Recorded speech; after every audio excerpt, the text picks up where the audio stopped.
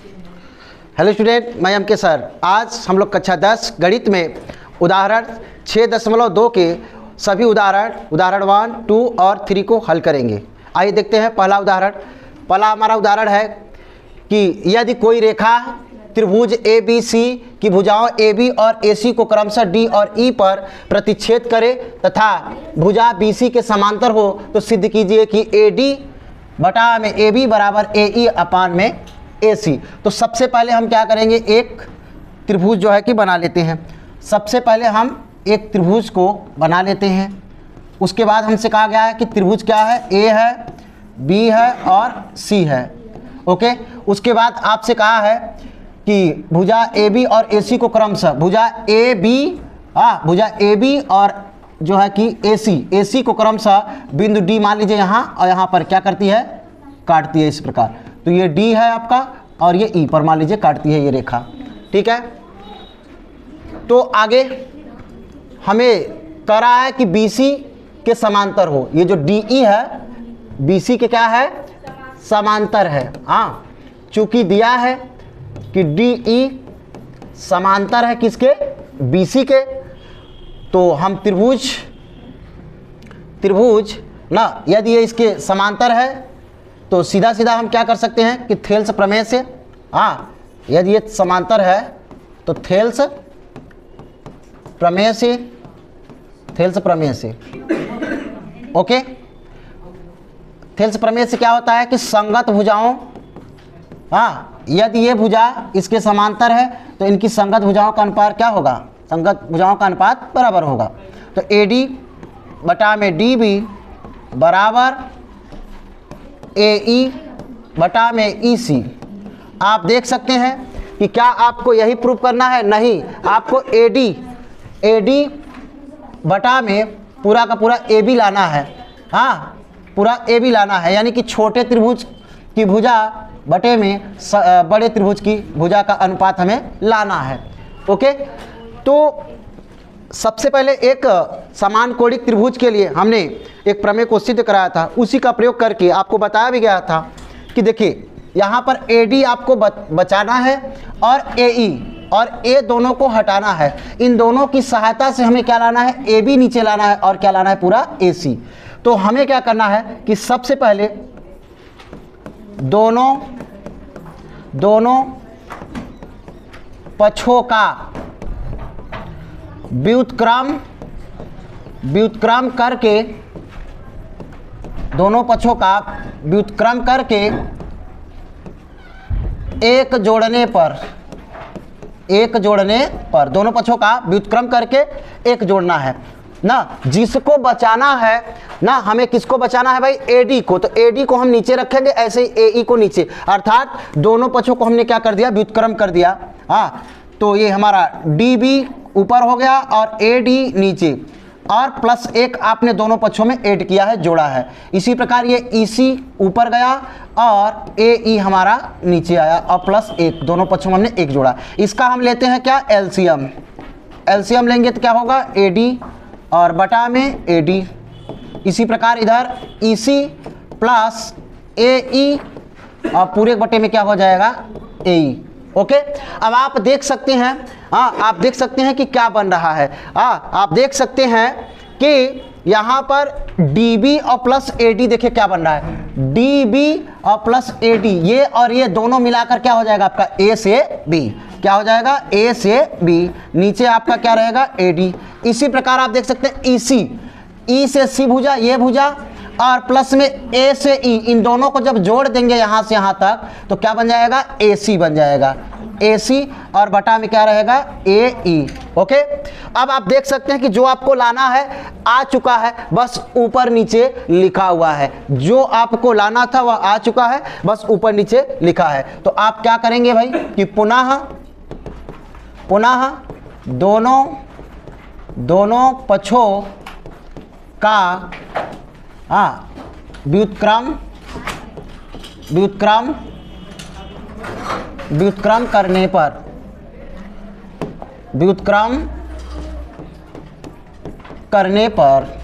व्युत्क्रम करने पर तो देखिए ए डी आपका ऊपर गया और ए बी आपका नीचे आ गया। इसी प्रकार ए आपका ऊपर गया और AC आपका नीचे आ गया।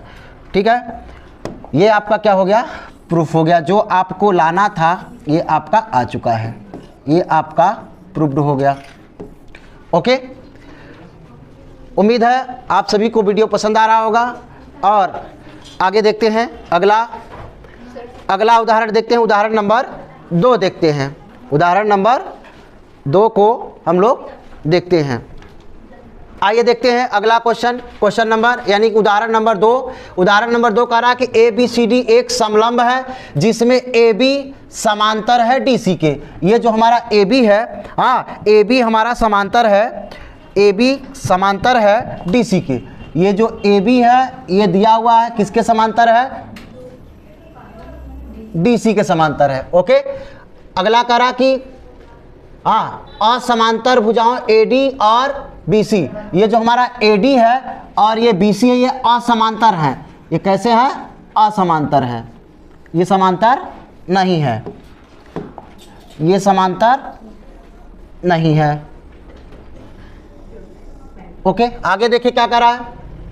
तो कह रहा है AD और BC पर, ठीक है, ये AD है और BC पर क्रमशः E बिंदु, ठीक है, E बिंदु है और F दिया हुआ है ना, इस प्रकार स्थित है कि EF भुजा AB के समांतर है। जो ये EF है, ये EF वाली जो भुजा है, ये EF जो हमारा है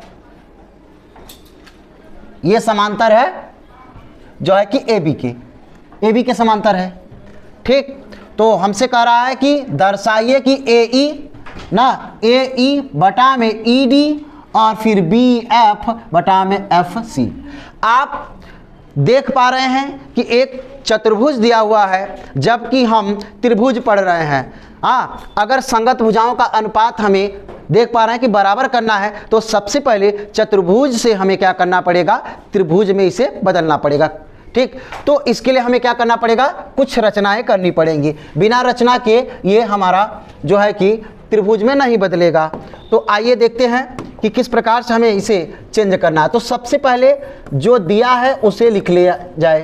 तो कह रहा है कि AB समांतर है DC के, तथा इधर EF समांतर है जो है कि EF समांतर है AB के। इस प्रकार से दिया है। अब जो हमें सिद्ध करना है उसे हमने लिख लिया जाए। सिद्ध करना है कि AE अपान में ED बराबर BF बटा में FC। ओके, अब हमें क्या करना है कि सबसे पहले रचना कर लेते हैं। रचना हमने करना है। कैसी रचना करना है, हमें त्रिभुज बनाना है। तो हम क्या करेंगे कि A को रचना हमें कैसे करना है कि A को C से मिलाया। A को हम क्या कर रहे हैं, C को C से मिला दे रहे हैं। A को C से मिलाया, A को C से मिलाया। ओके, अब हमें A को C से मिलाया, ठीक है। जो रेखा EF को बिंदु G पर काटती है, ठीक है। तो रचना में हमने किया कि A को बिंदु C से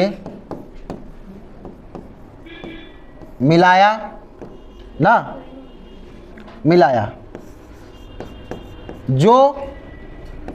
जो भुजा EF को बिंदु G पर काटती है। आगे अब हम क्या करेंगे कि हमारे पास ये त्रिभुज बन चुका है कि ADC और उधर का त्रिभुज ABC बन चुका है। तो सबसे पहले चूंकि आप देख सकते हैं कि जो हमारा AB है जो ए बी है वह किसके समांतर है? DC के समांतर है। जो हमारा ए बी है वह DC के समांतर है, और जो हमारा ए बी है वह किसके समांतर है? जो हमारा ए बी है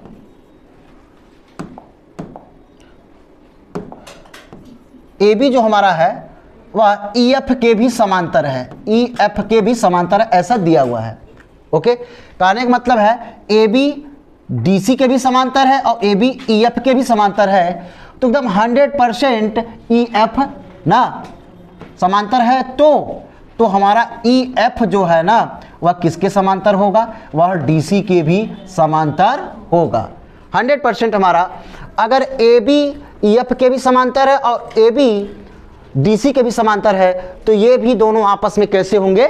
समांतर होंगे।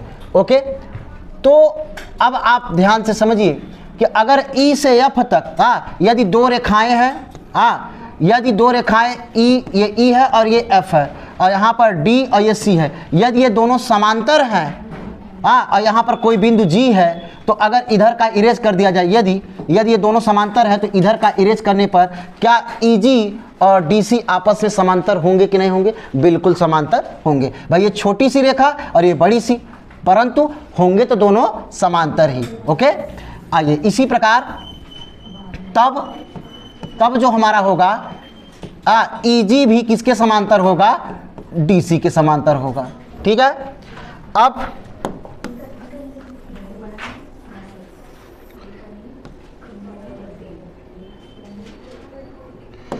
आगे अब हम क्या करते हैं कि त्रिभुज अगर त्रिभुज की कोई ज़रूरत ही नहीं है तब हम क्या करेंगे? थेल्स प्रमेय से कि यदि ये भुजा इसके समांतर है, तो थेल्स प्रमेय से क्या होगा भाई? संगत भुजाओं का अनुपात बराबर होगा। तो ए ई ये संगत भुजाएं ए ई बटा में ई डी बराबर ए जी बटा में जी सी। समीकरण नंबर 1 बना लिया गया। समीकरण नंबर 1। अब पुनः ना अब उस वाले त्रिभुज में चलिए कि ए बी समांतर है ई एफ के। ए बी समांतर है ई एफ के, तो ए बी समांतर होगा। देखिए पूरा का पूरा समांतर है, अभी दिखाया मैंने, तो इतना भी समांतर ही होगा। तो जी एफ भी क्या होगा? समांतर ही होगा। तो पुनः क्या करेंगे? थेल्स प्रमेय से क्या होगा? यदि ये ए बी भुजा जीसी के समांतर है, तो थेल्स प्रमेय से इस त्रिभुज में देखिए ना, ए बी सी त्रिभुज में थेल्स प्रमेय से क्या होगा? संगत भुजाओं का अनुपात बराबर होगा। तो देखिए ए जी भुजा जी सी किसके बराबर होगा? बी एफ बटा में एफ सी के क्या होगा? बराबर होगा। ओके, ये हमारा हो गया समीकरण 2। आप देख सकते हैं कि समीकरण 1 और 2 से देख सकते हैं कि यहाँ पर ये जो हमारा है ये आप देख सकते हैं और यहाँ देख सकते हैं, ये आपस में कैसे हैं? ये आपस में बराबर हैं। तो समीकरण 1-2 से समीकरण 1 व 2 से यदि दोनों आपस में बराबर है तो बराबर कर देते हैं। ये देखिए ए जी अपान जी सी। तो यहाँ पे क्या बचा आपके पास? ए ई और बटा में ई डी बराबर में यहाँ क्या बच गया है? बी एफ और बटा में एफ सी। ओके, हमें यही प्रूफ करना था, हमें यही जो है प्रूफ करना था, हमें यही प्रूफ करना था। ओके, कि ए ई अपान ई डी और इधर B F upon F C लाना था। ओके, एकदम बिल्कुल एक एक लाइन आपको करके समझाया गया है। आराम से देखिए और समझिए। यदि समांतर भुजाएं हैं तो थेल्स प्रमेय लगाइए, संगत भुजाओं का अनुपात बराबर है करना है। यदि संगत भुजाओं का अनुपात बराबर है तो आपको समांतर सिद्ध करना होगा। बस यही है थेल्स प्रमेय में, थेल्स प्रमेय। ओके, आइए देखते हैं अगले क्वेश्चन की ओर बढ़ते हैं। अगला क्वेश्चन हमारा अगला उदाहरण नंबर 3 को देखते हैं। उदाहरण नंबर 3 क्या कह रहा है कि आकृति में दिया हुआ है कि PS अपान SQ बराबर है PT अपान TR के, ओके, तथा PST बराबर है PRQ के, ओके। तो सबसे पहले हम देखेंगे कि जो हमारा त्रिभुज है PQR, त्रिभुज PQR जो हमें दे रखा है उसको हम लोग नोट कर लेते हैं पहले क्या क्या दे रखा है। तो PS अपान SQ बराबर है PT अपान TR के। देखते हैं क्या है कैसे। तो PS माने ये वाली भुजा बटा में ये और फिर PT बटा में TR है। अर्थात यदि संगत, अभी मैंने जस्ट जिक्र किया कि यदि संगत भुजाओं का अनुपात बराबर है तो ये जो दोनों लाइनें हैं ये कैसी रहे होंगे, ये कैसे होंगे, ये समांतर होंगे। कैसे होंगे? समांतर होंगे। तो यहाँ पे आप क्या लिख सकते हैं कि थेल्स प्रमेय के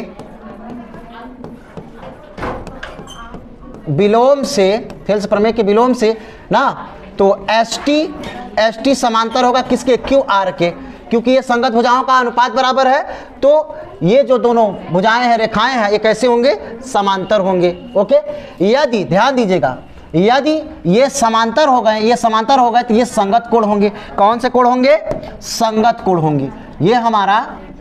ये हमारा कौन सा कोण होगा? संगत कोण होगा, क्योंकि जब ये दोनों रेखाएं ये और ये समांतर हो गई तो ये तिर्यक रेखा हो गया, ये तिर्यक रेखा काम करेगा।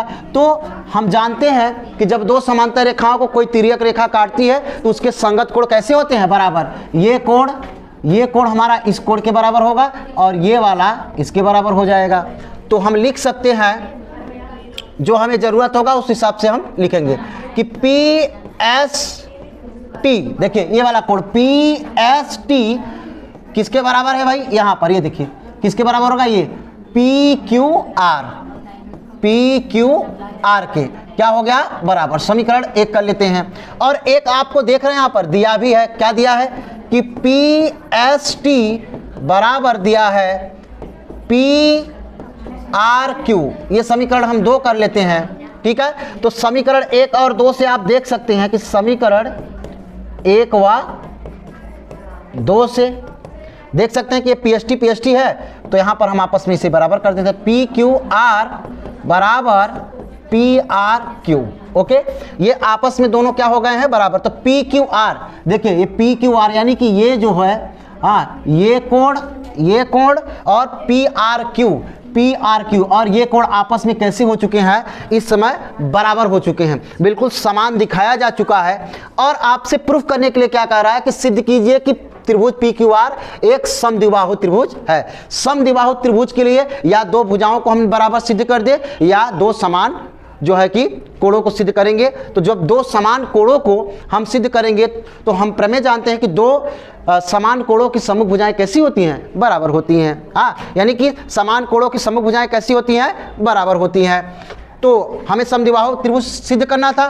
तो आप देख सकते हैं कि ये कोण और ये आपस में बराबर है। तो इस कोण के सामने की जो भुजा है, इस कोण के सामने की भुजा क्या है हमारा? इस कोण के सामने की भुजा आप देख सकते हैं क्या है? PR है। इसी प्रकार इस वाले कोण के सामने की भुजा, आप देख सकते हैं क्या है भाई? PQ है। क्या है? PQ है, ओके, PQ है। अब यहाँ पे हम लिखेंगे कि चूंकि हम जानते हैं क्या? समान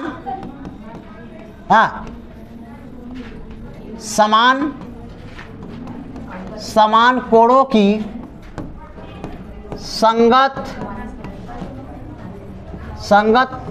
समान कोणों की संगत नहीं, सम्मुख, समान कोणों की सम्मुख भुजाएं कैसी होती हैं? समान होती है। समान कोणों की सम्मुख भुजाएं कैसी होती हैं? समान होती है। इसलिए हमने PR बराबर जो है कि PQ लिखा। अब अब दो भुजाएं यदि बराबर हो जाए, पी क्यू, हाँ इधर पी क्यू और पी आर आपस में यदि बराबर हो गया है तो कौन सा त्रिभुज बना? समद्विबाहु। ऐसा त्रिभुज जिसकी दो भुजाएं समान हो समद्विबाहु त्रिभुज कहलाता है। अतः सिद्ध होता है कि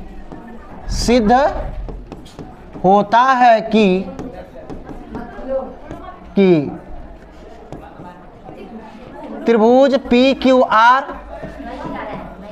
एक समद्विबाहु